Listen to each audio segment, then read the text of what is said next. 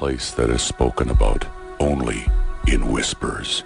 A dark area that spawns the beginnings of urban legends. A place where anything can happen and usually does. During the light of day, it hides just outside of view. But when the sun goes down, spirits, creatures of the night, roam free, and things do go bump in the night. It is in every state and every country, and there is no escaping it, no matter how safe you feel behind your locked doors and latched windows. So we invite you to turn down the lights and turn up your radio while we join Dave Schrader and Tim Dennis, your hosts, on a journey into the darkness on the edge of town. Well, good evening, everybody, and welcome to the Sunday night edition of Darkness Radio.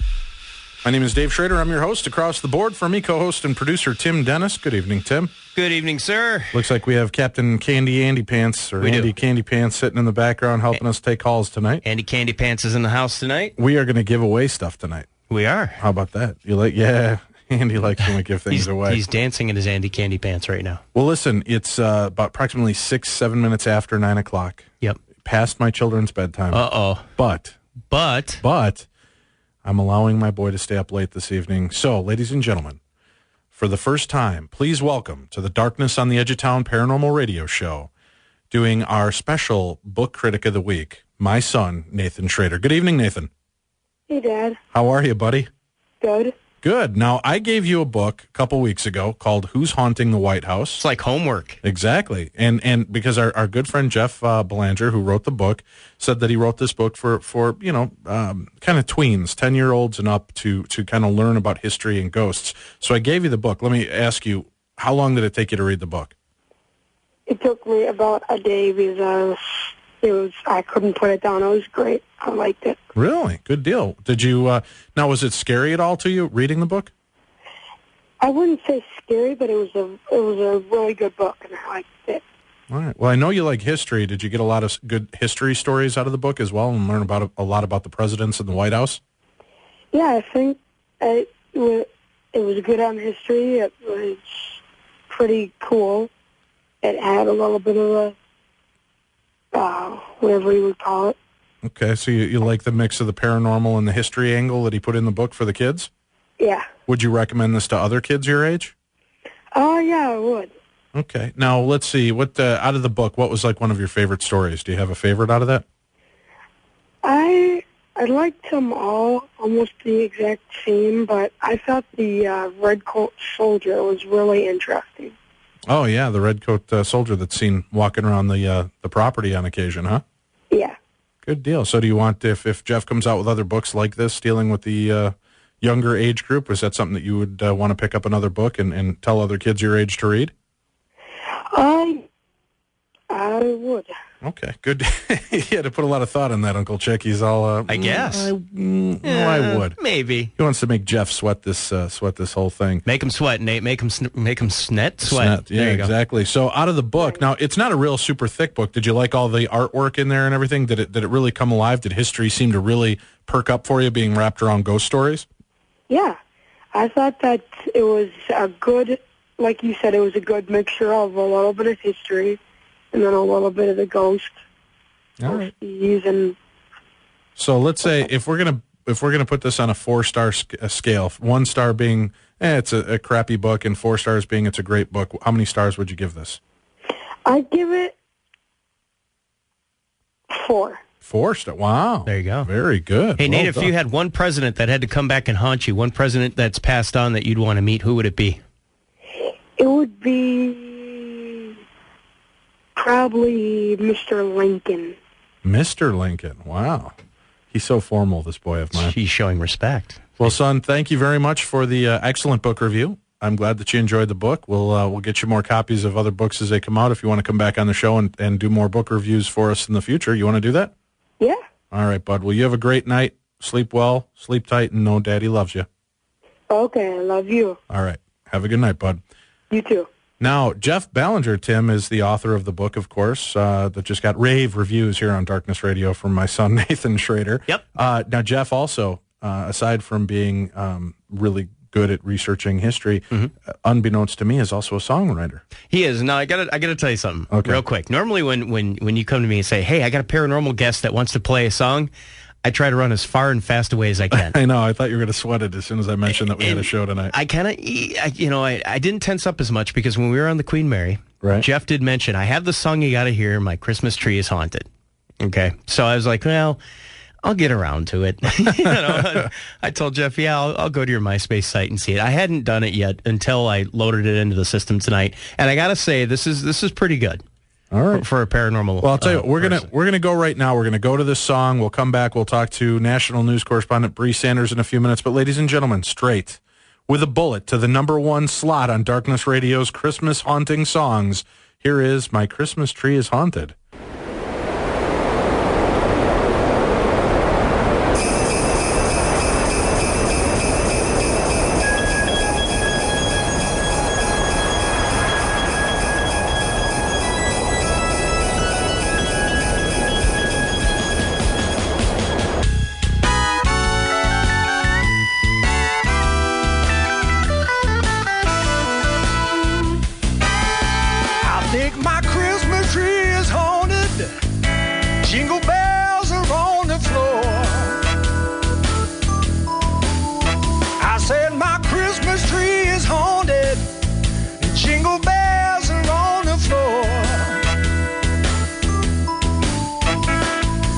Footsteps in my attic and strange knocks upon my door.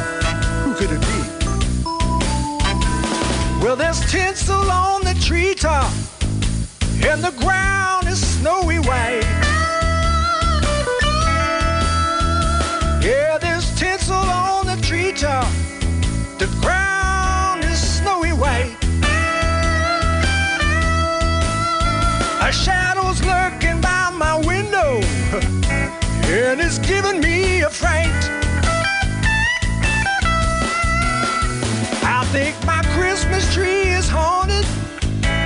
The balls just shimmy and shake.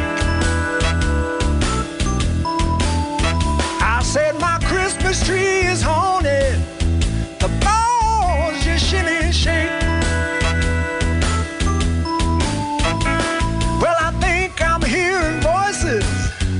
And they're keeping me awake.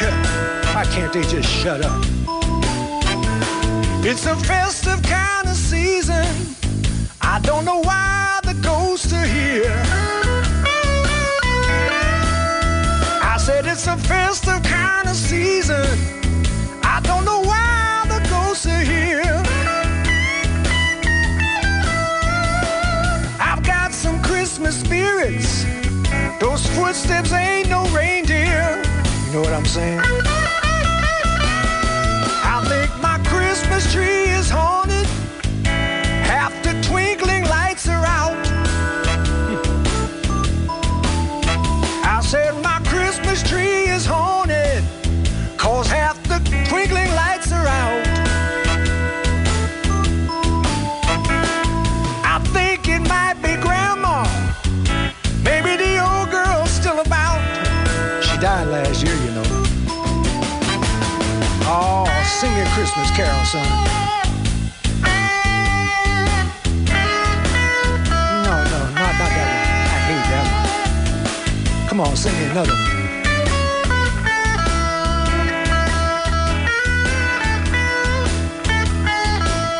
I don't know about that one. Oh, just forget it. I think my Christmas tree is haunted. Jingle bells are on the floor. I said my Christmas tree is haunted.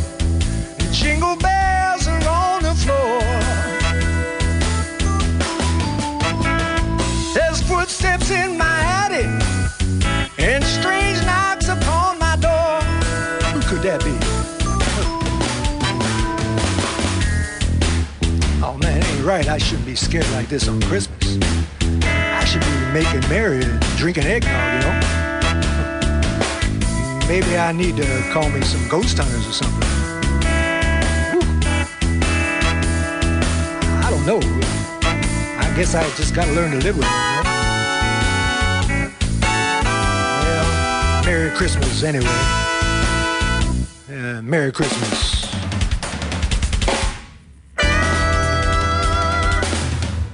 Welcome back to Darkness Radio. Hard to believe that this is Darkness Paranormal Radio when you have such an upbeat song like that. Tim, what's the name of the band? Name of the band is the Ghost Village Memorial Choir. Jeff Belanger has the lyrics on that bad boy. John Judd did the music, and Robert Peckman on vocals. Very cool. Well, thank you very much, Jeff, and maybe stick to writing books. Yeah. I'm just kidding. We appreciate that. Maybe we'll even get it up on our site so that it'll be there for download if people are interested. What's he going to do for our Jewish friends? That's all I want to know. I don't know. Maybe we can have him do that for next week. My menorah is spooked? Could be. That could be. Very good. Yeah. All right. It's time to go, Tim, to the state of misery. Now it's time for all the news that's in the news from the world of the paranormal with the supernatural stories of the strange, national news correspondent and mistress of misery, Bree Sanders. Good evening, Bree. How are you? Doing well. How are you? I'm doing well. So did you fare through that whole Christmas song okay? Pretty funny. Good stuff, huh? Yeah. Is that actually Jeff singing? No. It's his I think father-in-law. Oh, cool. Yeah, Robert Peckman. Yeah, it's his father-in-law. So we've got Bree Sanders, our national news correspondent, with strange and weird news from around the United States. I gotta read two short little bits here. I thought were kind of funny, Bree, if you don't mind. Sure. I got them from my best source of news, which is Reader's Digest. Right. And it was in the back. Are you going to tell us jokes out of the... No, this is true. This is from the Argus, which is based in Burlington, Washington. Police blotter.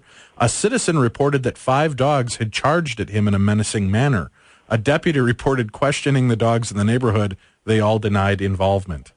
I like that one. And then this one, from the Westfield, Massachusetts Evening News police log, a caller reports that her neighbors are having another argument. The responding officer reports the resident was alone and not intoxicated, but was having a disagreement with his Christmas tree, which was giving him trouble as he was taking it down. So, I'm sure that there's been many people listening to me put up my Christmas tree that thinks I'm in there beating somebody because I'm cursing and kicking and throwing things at the wall. So not so far off. Where are you going to take us to in the United States tonight with your new story? We're going to start in Florida. Okay. Surprise. That's good. It's because it's freezing here in Minnesota. I like to start off somewhere warm. Okay. Well, we'll go there. Actually, it's a food story. Excellent. A pizza delivery man from Pizza Hut, I assume he was delivering a pizza, says a customer pulled a gun on him. So his response was he threw a large, steaming hot pepperoni pizza in the customer's face and ran. And I guess it was pretty heated. The customer even shot at him, but he missed him. So anyway. Well, the prices are getting a little up there for pizzas. I can understand it. It's time we turn it around and we make the highway robbery from our side. Although we should add, we love Pizza Hut here at Clear Channel. They actually put on the feedback during the Vikings game. Do they? I never get it, so I'm not putting any. I've imbibed. Is that the word? Yeah, twice. Listen to you. Yeah. So this guy threw hot pizza at the customer. He used the pizza as a weapon. See, Tim? And this was in Florida. They're all in Florida. Isn't that a Pat Benatar song? What? Pizza, don't use pizza as a weapon? No. No? That's hit me with your best slice. That's what it was, yeah.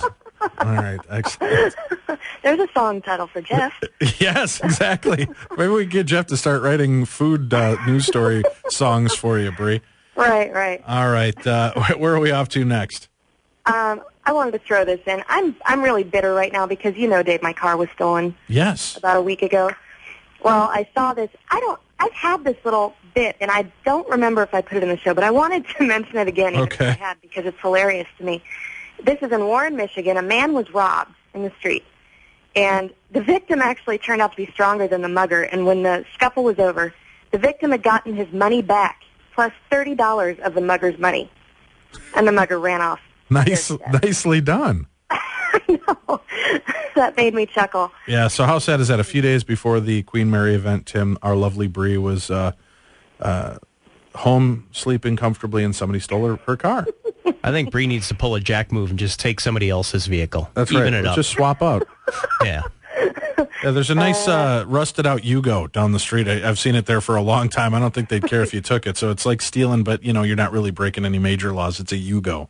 Right, right. Excellent. It's only a crime in Yugoslavia. That's right. Hey, we got to take a quick break here. You're listening, believe it or not, to the best in paranormal talk radio. We'll be back with more news of the weird from around the United States with national news correspondent Bree Sanders right here. Good evening. Welcome back to the Darkness on the Edge of Town Paranormal Radio Show. I'm your host, Dave Schrader. Across the board from me, Tim Dennis. Tim, we got free stuff. We do have free stuff. What? Wow, I just went Peter Brady on the bit there. Holy cow. We do have free stuff. Why don't we give some stuff away here during this next segment? All and right. People that want to get this, you can call in. Now, what do we have to give away? It's the movie, correct? We do. We have run of engagement passes for the movie The Day the Earth Stood Still.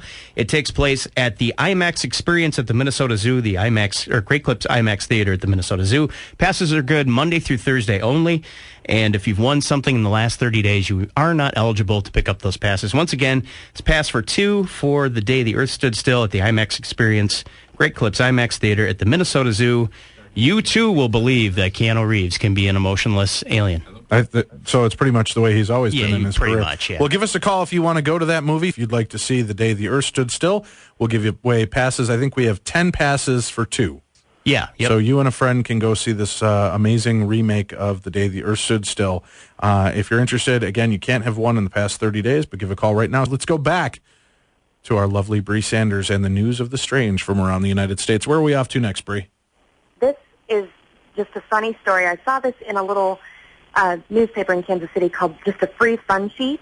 Okay. And I had to mention this. This is so funny.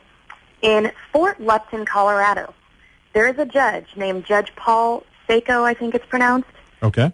He has started punishing noise violators, which, just people who are caught making too much noise, by forcing them to listen to singers such as Barry Manilow. He actually makes, he started this. This is something he recently started. Okay. Because he noticed that repeat offenders were just coming up to court, paying their fines and not changing their behavior. So he makes repeat offenders actually sit in a room for 1 hour and listen to music that they hate, such as Barry Manilow. And it's actually worked. All right. Well done. Well done. Actually brought on. With our luck, they'd catch us, Bree, and then they'd make us sit there and listen to Air Supply. Only unbeknownst to them, we love Air Supply. So the joke is on you.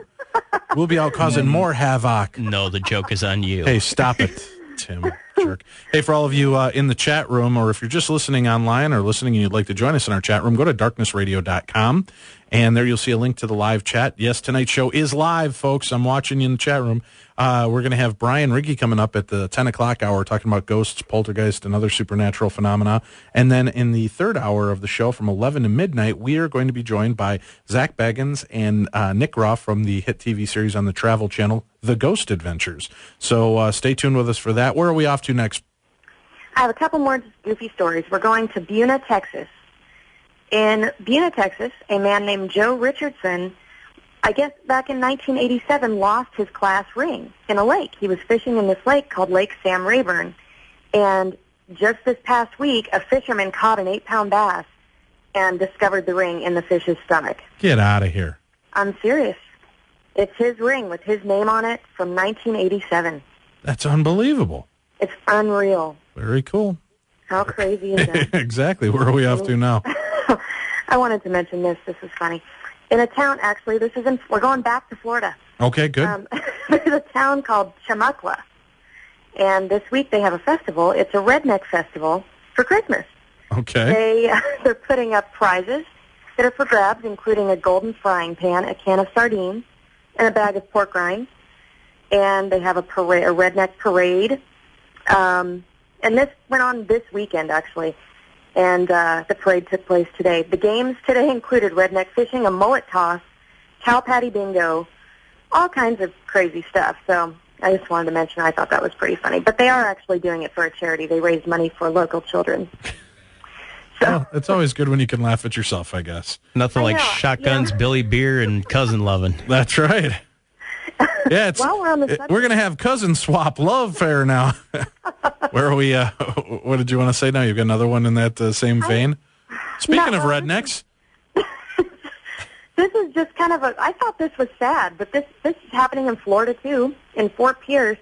I read an article about a guy down there named Dana Miller. He has a 6-year-old son named William that goes to the local elementary school. This is a single father who is blind and can't drive him to school.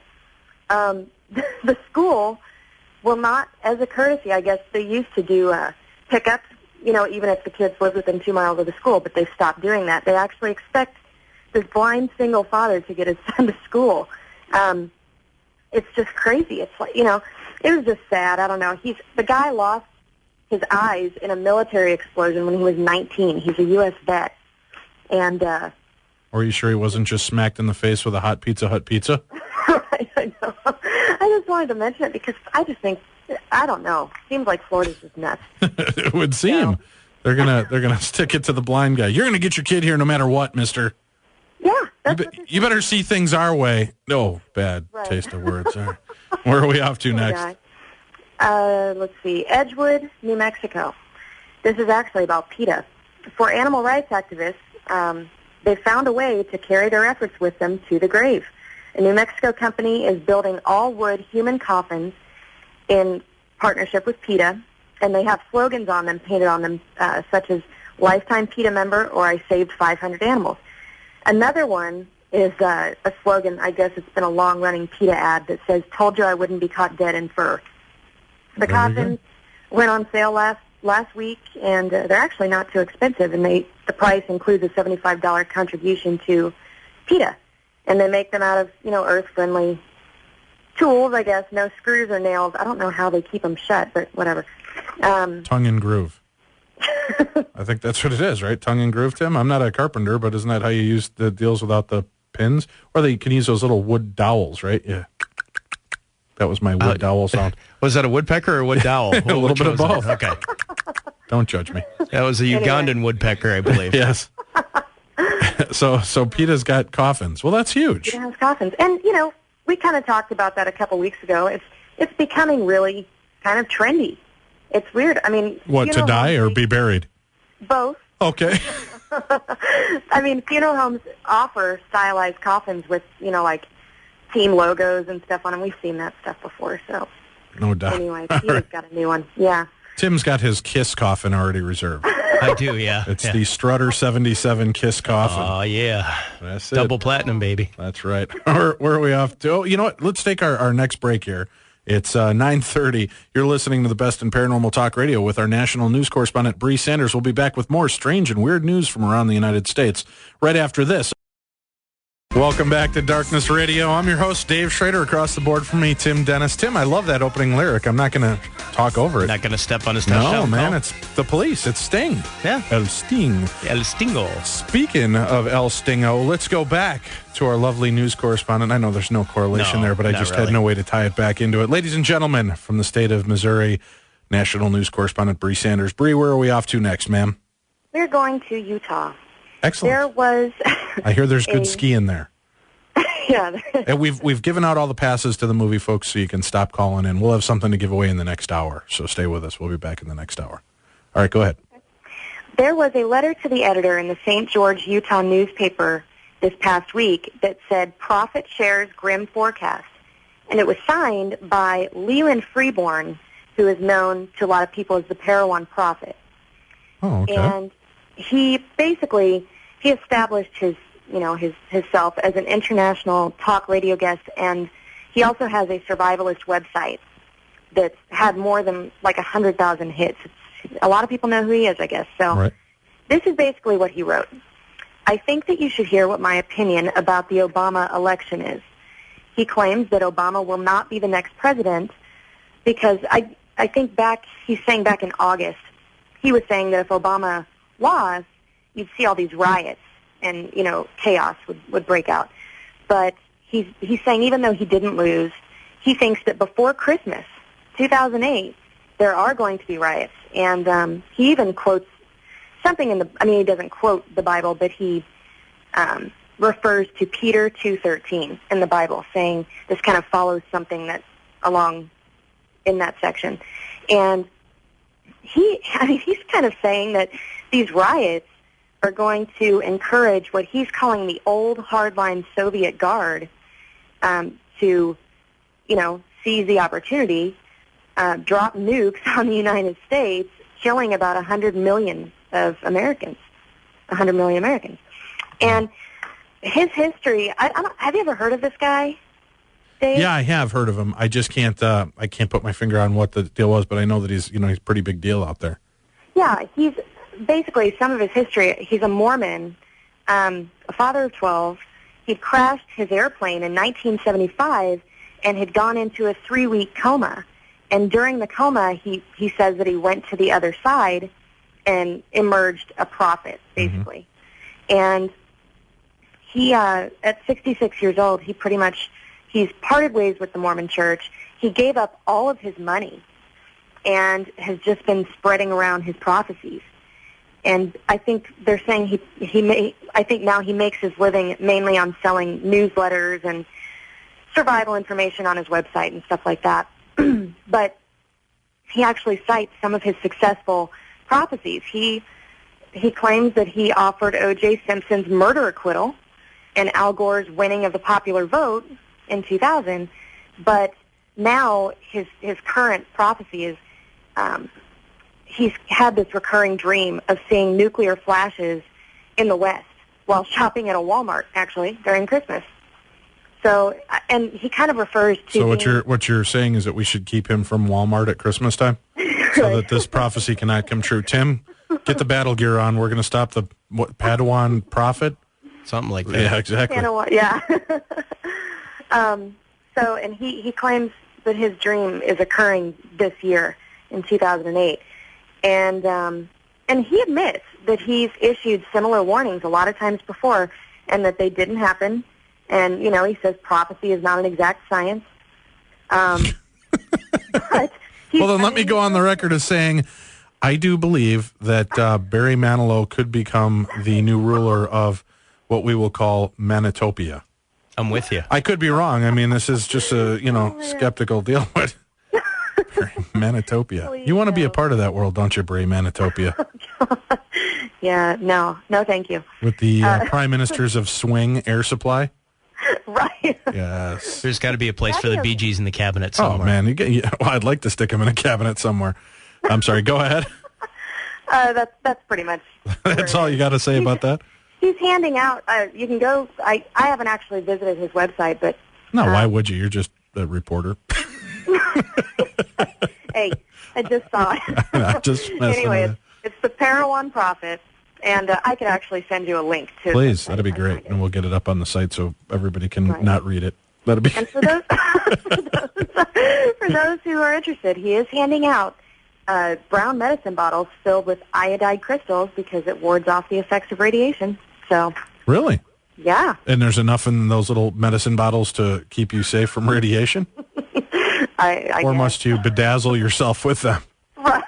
Yes, paranormal bedazzling. That's the new course we're giving at Paranormal or Open U Paranormal State. I better not say that. That's against the law. All right, where are we off to next, my dear? I wanted to mention this movie. It's called Push. And yes. I don't know how many people have heard about it. It comes out February 9th, 2009. It is an action thriller that goes into the world of psychic espionage, where artificially enhanced paranormal operatives have the ability to move objects with their mind, see the future, create new realities, and kill without ever touching their victims. And, of course, this is something we've been talking about for months. We actually saw the trailer for this at, I think it was Quarantine. Yeah. Yeah. Oh, did you? Yeah. Oh, okay. Well, in the movie, there's something called the Division. It's this government agency, and it's genetically transforming citizens into an army of psychic warriors and brutally disposing of those unwilling to participate. The main character is played by Chris Evans. His character is a mover, so it's like he has telekinetic powers. Okay. And he's in hiding because this government agency murdered his father, and he's living in Hong Kong, which is the last safe place on earth for fugitives like him. But I guess Dakota Fanning enters his life, and she's a clairvoyant, and then is it Camilla Bell, I think you pronounce her name? She's another character, and she's what's called a pusher, and it's supposed to be the most dangerous of all the psychic powers. It's actually the ability to influence others' actions by implanting thoughts in their minds. So it sounds pretty cool. I mean, I'm excited to see it. Yeah, it sounds like a good one, and they have been talking about that, the ability, and we've had, who did we have on the show, Tim? One of our guests talked about the fact that he was able to implant thoughts into your mind, and it was part of a government program, right? Have another shot of NyQuil. I'm doing Tylenol shooters in here. The sniffling, sneezing, coughing, aching, head fever, how the hell did I wake up on the kitchen floor medicine? That's right. Exactly. All right. Where are we off to next year? Let's see. Actually, let's go back to... Florida? This is in... Not yet. Okay. This is in San Francisco. Excellent. This is a doctor in San Francisco named Walter Semke, I think you pronounce that. He claims that Barack Obama is the reincarnation of Lyman Trumbull. We've had this guy on our show, Dr. Semke. Yeah, isn't he the guy that found Marilyn Monroe, Sherry Laird, right? Yep. Yeah, so Dr. Semke's been on our show. So he believes that Obama is the reincarnation of who? Lyman Trumbull. This was an Illinois Democratic senator and the main author of the 13th Amendment, which put an end to slavery in the U.S. And, coincidentally, Illinois is the state that Lincoln represented and which Obama represents now. And he has written, I guess since you've had him, you know this, he's written books on reincarnation. And he basically, through background research and what he says psychic sessions, this is what has made him believe this about Obama. He said that there's many similarities between Trumbull and Obama, and one would be after finishing law school, Trumbull moved to Illinois in the 1830s where he set up practice, and he represented African-American slaves many times against slave owners.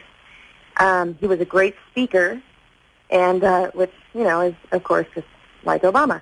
And what he's saying, though, his whole point, I guess, is that if we accept the case of Trumbull, being reincarnated as Obama, he thinks that it sends out an important message that individuals can actually change race from one life to another. So he thinks that if we recognize that, the world will be a better place, basically. Just by realizing we can. Well, if we've been told in the past we can come back as animals, as abuse victims, as all kinds of really silly stuff. So yeah, why wouldn't we be able to cross the race barrier? I know. I can come back as a woman, but I'm not coming back as anybody else in any other color form. That just doesn't seem to make a whole lot of sense. But we have to take our next break here. We got one more segment left with the lovely and talented Bree Sanders. Stay with us. You're listening to the best in paranormal talk radio. We're here with you every Saturday and Sunday night, 9 to midnight. Good evening. Welcome back to Darkness Radio. So during the break here, I checked my email. I have a letter from Jeff Belanger. Yep. It says, Dave, loved your son's book review. 4 stars. Rockin'. And thanks for playing my song. Hopefully it will crack the Billboard's top 1 million holiday songs. Merry Christmas, my friend.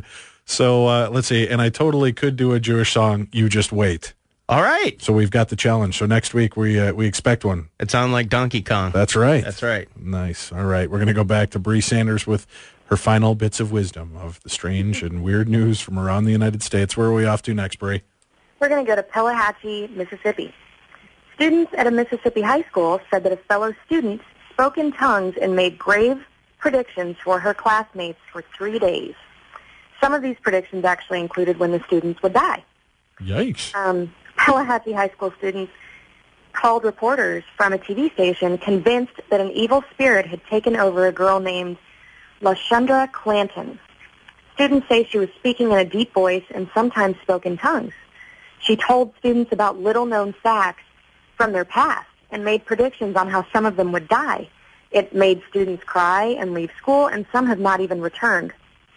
Classmates said that they think an evil spirit is possessing the girl, and they were so convinced that some brought Bibles to school and had a devotional.